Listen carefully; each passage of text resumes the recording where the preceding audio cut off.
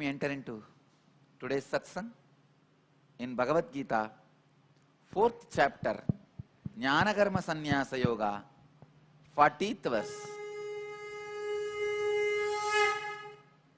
Ajñāscha shraddadhanascha samshayatma vinashyati nayam lokasti na paraha nasukam samshayatmanaha.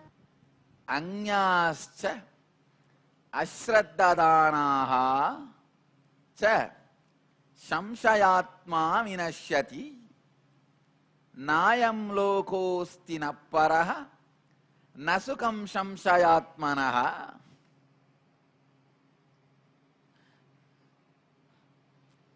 Each one of these verses in this chapter is a very popular quotation.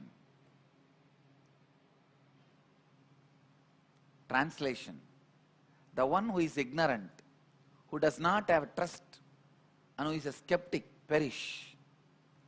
They do not have this ordinary life or the higher life. There is no sense of well-being for the skeptic.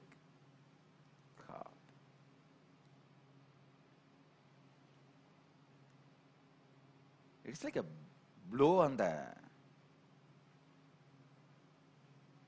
brain, not just mind. Sometimes blow on the mind, you don't catch it that strongly. So blow on the brain is the only way.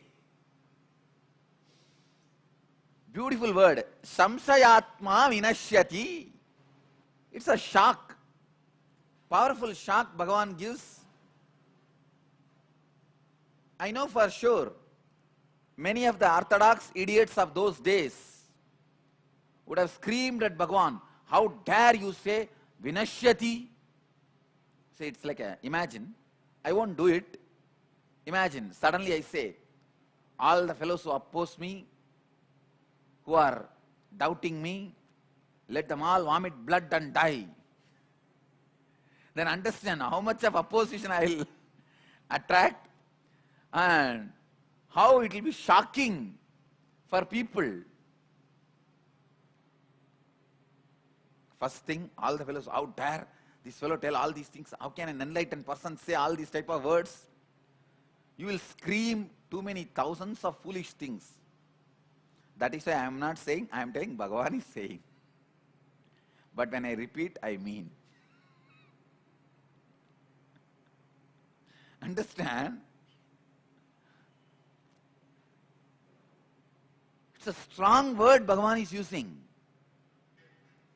He says, Samshayatma vinashyati, means, I think now he is almost fed up of Arjuna and his dirty ignorance. See, there is something called sweet ignorance. Means, when a disciple is ignorant, he comes to you with a suffering, you sit with him and you offer the solution, he imbibes it and stands up with the life and light. It is such a sweet ignorance. Even ignorance can add sweetness to you and to your master. When you stand up, when you are out, even ignorance can be sweet. But this is too much. I think it has gone to the extreme. I know how Krishna's face would have been when he uttered this word, Samsayatma vinashyati.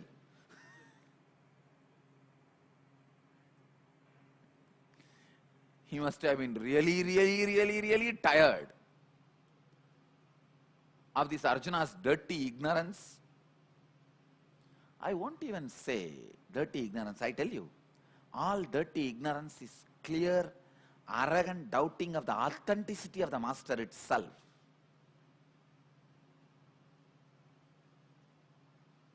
I have seen when some disciples are in depression, suffering, when I call and give them the solution, if they don't practice, if they don't want to come out of the depression, I will always clearly see that they are doubting the very authenticity of me. The moment you doubt the authenticity of me, I cannot help you. See, it's like You are struggling in the ocean, screaming for my help. I am sitting on the ship and sending a rope to you. Please hold this rope, I'll lift you. If you say, no, I don't even know how to hold the rope, I'm struggling even for that, then I can at least come down and hold you by the hand and lift and bring. Or if you doubt the very authenticity, who knows, after taking me to the ship, you will kill me or not. After taking me into the ship, you may kill me, what will happen? When you doubt the very authenticity, the purpose of rescuing, bye. I can't even say goodbye. I can only say bye. I think Bhagavan is seeing Arjuna doubting very authenticity of the Krishna. He is fed up, sick and tired. Otherwise, in the 700 verses of Bhagavad Gita, not a single verse other than this where Bhagavan curses people. Even in Anugita, see, Bhagavan has written 2 books. One is Bhagavad Gita and Anugita. Both are directly from Bhagavan. In both the books, other than this one verse, nowhere he curses. This is the only recorded evidence of any enlightened being cursing. Please understand. Any incarnation, cursing, and that curse being recorded. Nowhere. There is not a single evidence, recorded evidence of Shiva cursing. In his own words. Of course, by the disciples' words it is there. In his own words, not a single record. Not a single record of Adi Shankara cursing in his own words. Not a single word of Rama cursing in his own words. Not a single word of Buddha cursing in his own word. Not a single word in their own words recorded throughout the history other than this one verse. Neither Ramana Maharshi, nor Ramakrishna, or Sri Krishna, or Ramachandra Prabhu, or Shiva, or Buddha. No. In their own words, there's not even one record other than this one verse. Then we should understand this verse thoroughly. What pushed Bhagavan to utter such a strong word? Please understand, he says, Samshayatma vinashyati. Means he is doomed, destroyed. See, samshaya is not a crime. Doubting is not a crime. Maybe Bhagavan saw Arjuna's doubt was not just about the ability of Krishna or stability of Krishna or availability of Krishna. It was on the very existence of Krishna itself. See, when you suspect the very existence, the very purpose for which he is, then no help is possible. I think Bhagavan has smelled that kind of a doubt in Arjuna, the dirty doubt, smelling doubt, nauseating doubt, the doubt of the very existence or purpose of Krishna. Maybe Arjuna felt Krishna is playing for the side of Duryodhana. He is somehow going to kill me in the war. That is why he is pushing me to wage the war. That kind of a doubting the core. It's like I heal somebody from the cancer, and that person suddenly doubts, I think after I get healed by the cancer, this fellow is going to kill me. Why? I am wearing 2 sovereign gold chain. Maybe he wants that. This 2 sovereign gold chain may be attracting him. He is going to heal me now and take me to the ashram and then cut my head to take away this 2 sovereign gold chain. When you have that kind of a doubting the very existence, Bhagavan says nothing can be done. I can be sure, otherwise Bhagavan does not need to utter such a strong word, vinashyati. Samsayatma vinashyati.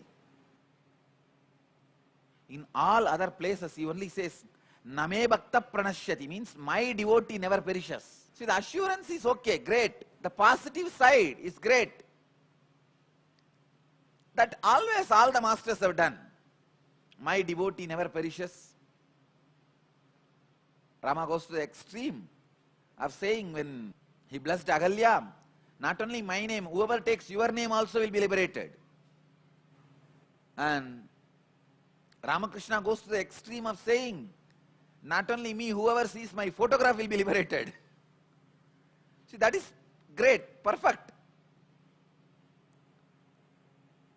Shankara goes to the extreme of saying, one drop of Ganges water, only once remembering Govinda, or one sloka from Bhagavad Gita uttering, you will be liberated. This is perfect. It's usual. Inspiring, encouraging, giving abhaya, great. But unprecedented move in the spiritual history is this word, Shamshayatma vinashyati. This word was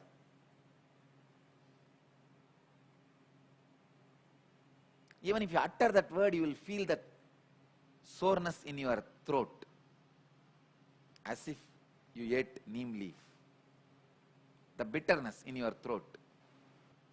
But I know how frustrated and sick and tired Bhagavan would have been to utter this word, because every day I face this. I don't utter this word. I think Bhagavan uttered it. When you doubt the very existence, you can't be helped. The very purpose, the very definition of the vision, you can't be helped. Anyascha ashraddhadanascha samsayatma vinashyati.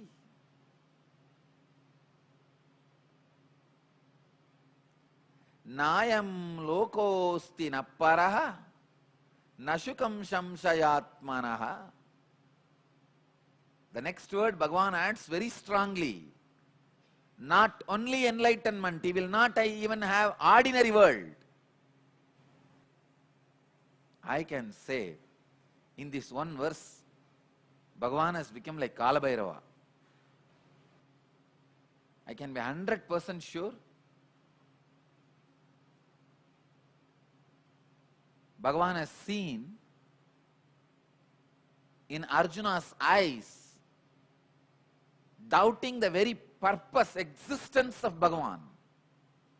See here, Bhagavan exists and tells very clearly Krishna, very clearly Arjuna, oh my dear Arjuna, stand up and fight. Not only you will have the outer world, you will have the inner world. You will be enlightened, you will achieve everything. Convincing him step by step inspiring him again and again, giving him the various methods and understandings about philosophies, everything. Now, Arjuna has gone to the extreme, the dirty pattern of doubting the very existence of Krishna. He would have thought, maybe this fellow, Krishna, is really on Duryodhana's side. He is pushing me to wage the war so that I will be killed. Then he can live with Duryodhanas. Otherwise, why will he push 5 of us to fight with 101 of them?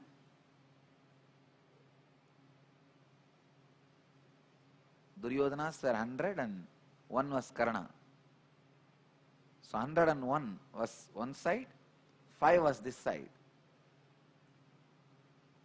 Duryodhana had one sister also, but she was not on the war.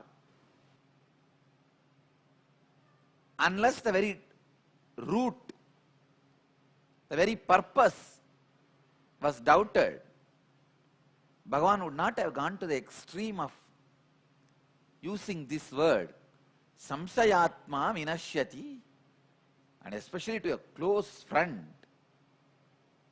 Arjuna was not just a friend, he is a beloved also for Sri Krishna. I don't want to create a controversy, but I wanted to tell you very clearly the fact. Both of them were not only psychologically close, they were physically close.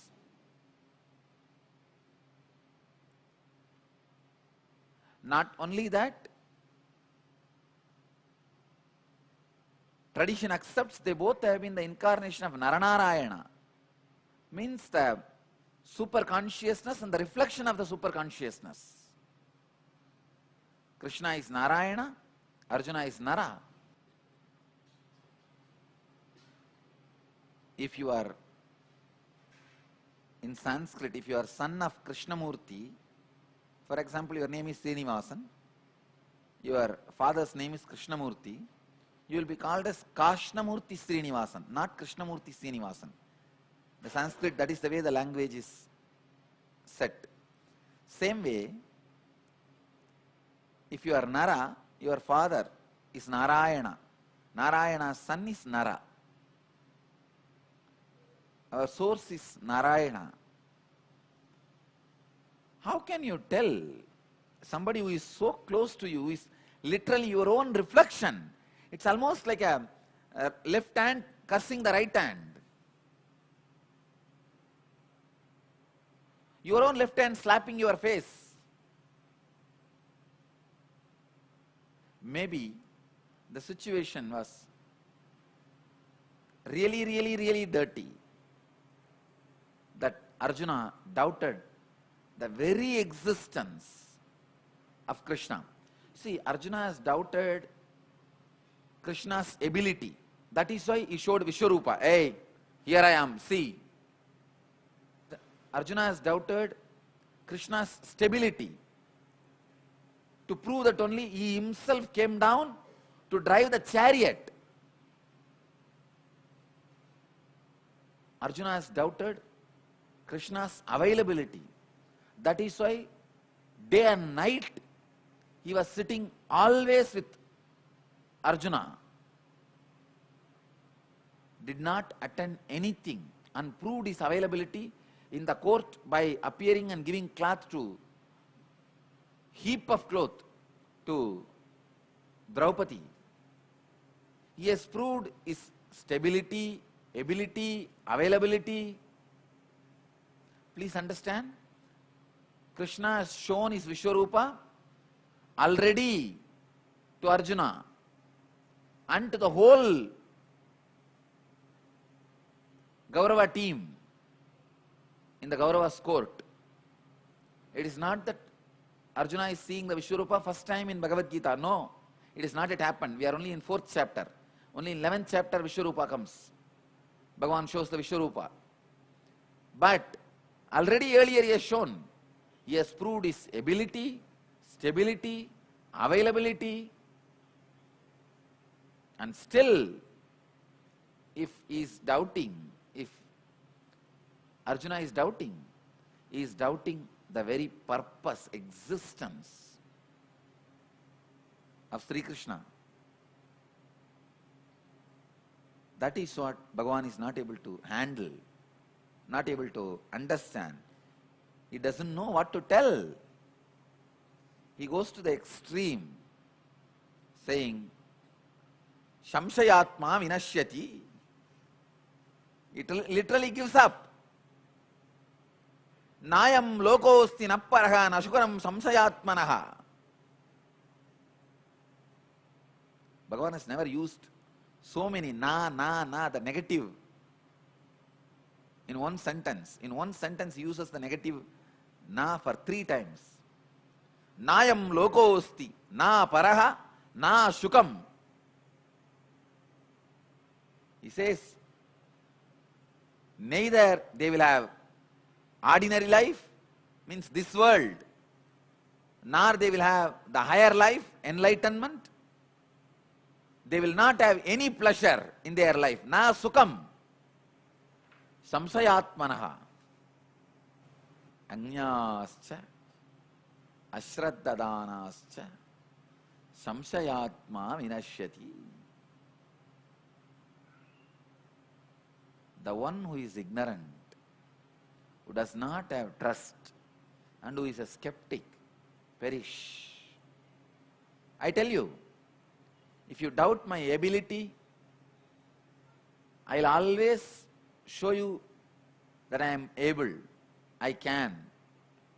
If you doubt my stability, I'll always show you with my compassion. I am constantly, in a very stable way, waiting for you. If you doubt my availability, I'll prove that I am always available for you. But if you doubt my very purpose of the mission, very purpose of my existence, my vision statement,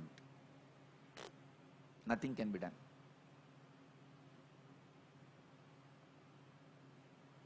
Let me define me and my purpose. I am an incarnation in the planet Earth to do the job of radiating and sharing enlightenment,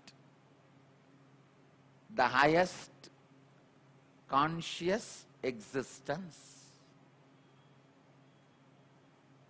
If you have any doubt on this, my very being and the vision, nothing can be done. Then, like Sri Krishna only I have to say, Samsayatma vinashyati. Other than this, if you doubt my ability, if you doubt my stability, if you doubt my availability, nothing wrong. It's not crime. I'll always have patience to show you, to make you understand my stability, ability, availability, everything. I will have tremendous patience to work with you, to inspire you, encourage you. But if you doubt that very root purpose, the source purpose, the cause of my existence, then I only have to repeat the 4th chapter, 40th verse of Bhagavad Gita. Anyascha ashraddhadanascha samsayatma vinashyati nayam lokosti napparaha nasukam samsayatmanaha. Today's satsang, the whole transcript, I'll publish it in the website. Please, all of you try to write at least once this whole transcript in your own handwriting in your book of art. In your book of art, pen down this whole thing in your own handwriting, so that every word you imbibe. This will clarify many of the sufferings you create for yourself. Bhagavan did not utter these words to threaten Arjuna. Please understand. I am also not using these words to threaten you. No. I am very clear. I am uttering the exact truth.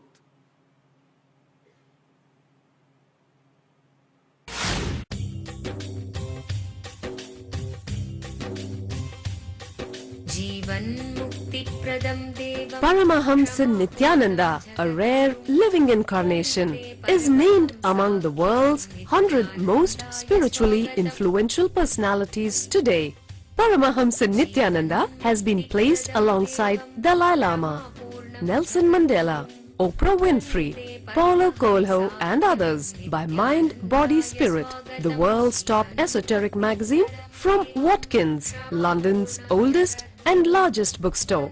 A yogi by birth, he has been expressing his power of enlightenment since birth. He has authored more than 500 books in Tamil and English. Translations of these books are available in 26 languages in Telugu, Kannada, Malayalam, Hindi, Sanskrit, Gujarati, Oriya, Bengali, Marathi, French, Malay, Polish, Portuguese, Italian, German, Danish, Spanish, Russian and Chinese. He is also an exemplary speaker with over 10,000 hours of profound life solutions through his discourses. Social services such as Annadan, free medical care, free educational services with ashrams, schools, temples, hospitals established in more than 140 places around the world, offering exceptional services. A powerful spiritual healer who has healed millions of people of diseases from migraine to cancer. A Kriya Yogi who has formulated Kriyas for physical health and mental well-being, benefiting thousands. A living master who offers practical solutions for our everyday problems. He is the founder and spiritual head of Nithyananda Dhyanapitham, a spiritual powerhouse who has revived the sacred Vedic tradition by establishing Vedic temples in places like Los Angeles, San Jose, Seattle, Toronto, Ohio, Oklahoma, Phoenix, St. Louis, Malaysia, Brazil, Paris, Guadeloupe, Dallas, New York, New Jersey, Atlanta, Calgary, Vancouver, Singapore, and places in India like Bengaluru, Hyderabad, Tiruvannamalai. A spiritual guru for 10 million followers, an incarnation who transmits the highest spiritual energy through initiation, a contemporary yogi who has revived the Vedic science of yoga worldwide through thousands of yoga centers, an adept in Ashtamahasiddhis, mystical yogic powers, who has effortlessly awakened the Kundalini of thousands and graced them with spiritual powers, a dynamic young guru who is an inspiration for thousands of youngsters, India's most watched spiritual guru online, a beacon of spiritual light who has triumphed over the forces of religious terrorism and political persecution. Paramahamsa Nithyananda is an eternal Kalpataru, blessing the world with the boons of material abundance and spiritual enlightenment.